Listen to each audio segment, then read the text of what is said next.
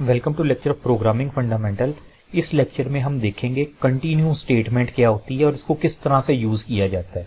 इस स्टेटमेंट को हम यूजुअली जो है वो लूप्स के साथ यूज करते हैं या लूप के अंदर यूज करते हैं।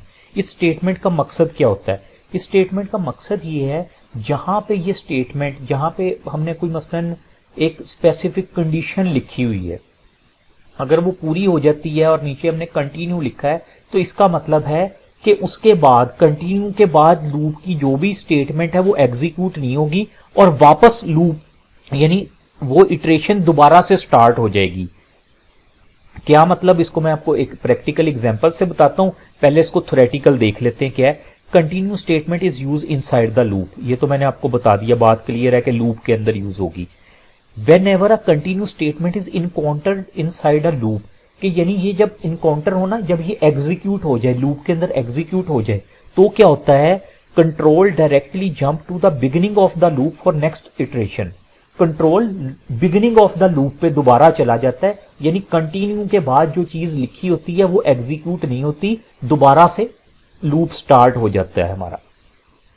तो इसको बेसिकली जंपिंग स्टेटमेंट भी बोला जाता है। कंटिन्यू स्टेटमेंट को ना जंपिंग स्टेटमेंट के नाम से भी जाना जाता है। और एंड पे लिखा हुआ है skipping the execution of statement inside the loop body for current iteration, यानी जब वो इनकाउंटर हो जाती है कंटिन्यू स्टेटमेंट तो उसके बाद वाली चीज को स्किप करके दोबारा लूप को स्टार्ट कर दिया जाता है। अभी ये शायद आपको थोड़ा सा कंफ्यूज कर रही हो कि ये क्या बात है, कोई कंटिन्यू स्टेटमेंट की समझ नहीं शायद आ रही हो कि किस तरह से है। इस एग्जाम्पल से आपको समझ आएगी। छोटी सी एक एग्जाम्पल आपके सामने है। देखिए यहां पे मेरे पास लिखा हुआ है एक आई वेरिएबल मैंने डिक्लेयर किया इंटीजर टाइप, लूप लगा दी for I equal to 1, I is less than equal to 30, I plus plus. और देखें यहां पे मैंने कंडीशन लगा दी कि ये वाला लूप तो एग्जीक्यूट होगा ना, कंडीशन चेक होगी, अगर ट्रू होगी तो हम इस लूप की बॉडी में आ जाएंगे। इस तरह सर्कल कर देते हैं, पता लग जाए लूप की बॉडी है। वहां पे लिखा है if I modulo 3 is equal to 0, यानी आई की जो भी वैल्यू है अगर उसको 3 पे डिवाइड करें और रिमाइंडर हमारे पास 0 आ जाए, डबल इक्वल टू जो लिखा है कि इक्वल टू हो जाए और मॉड्यूलो का मतलब रिमाइंडर, डिवाइड करते हैं, दो चीजें होती हैं, कोशेंट एक रिमाइंडर। ये जो परसेंटाइल का साइन है ना, ये रिमाइंडर को शो करता है कि रिमाइंडर इक्वल टू 0 आ जाए तो क्या हो? कंटिन्यू। कंटिन्यू का मतलब वापस यहां से लूप में आ जाएगा।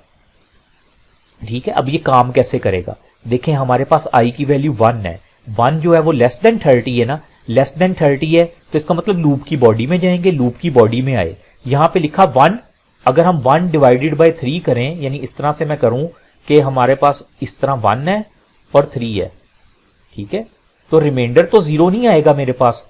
ठीक है, इसी तरह होगा ना, आप पॉइंट लगाएंगे फिर यहां पे 0 आ जाएगा, तो पॉइंट यहां पे 9.3 से आप करेंगे, यहां पे 9 आ जाएगा, 1 इस तरह से बचेगा, तो रिमाइंडर तो मेरे पास जो है वो 0 नहीं है। इसका मतलब है कंटिन्यू इनकाउंटर नहीं हुआ, मेरे पास आई की वैल्यू डिस्प्ले हो जाएगी, यानी मेरे पास 1 आ जाएगा सी आउट में। ठीक है, आई की वैल्यू आ जाएगी, सॉरी 1 इस तरह से आ जाएगा। फिर क्या है?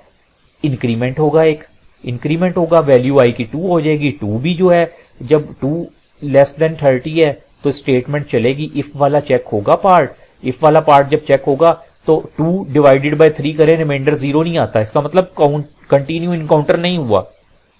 फिर मेरे पास सी आउट आ जाएगा, 2 लिखा आ जाएगा। इसके बाद देखते हैं क्या होगा। जब आई प्लस प्लस होगा यानी 2 में 1 ऐड हो जाएगा, वो हो जाएगा 3। जब 3 हो गया, 3 तो लेस देन 30 है, यानी लूप में तो हम आ गए। जब आई डिवाइडेड बाय 3 हुआ, आई भी 3 है, डिवाइड भी 3 से कर रहे हैं, आपको पता है 3 मल्टीप्लाई 1 3 होता है, रिमाइंडर तो 0 हो जाएगा। अगर रिमाइंडर 0 हो जाएगा, ये कंटिन्यू इनकाउंटर हो जाएगा स्टेटमेंट। कंटिन्यू स्टेटमेंट क्या करेगी? जैसे ही ये इनकाउंटर होगी हमारे कंट्रोल को वापस इधर ले जाएगी, यानी सी आउट आई नहीं होगा, 3 प्रिंट नहीं होगा।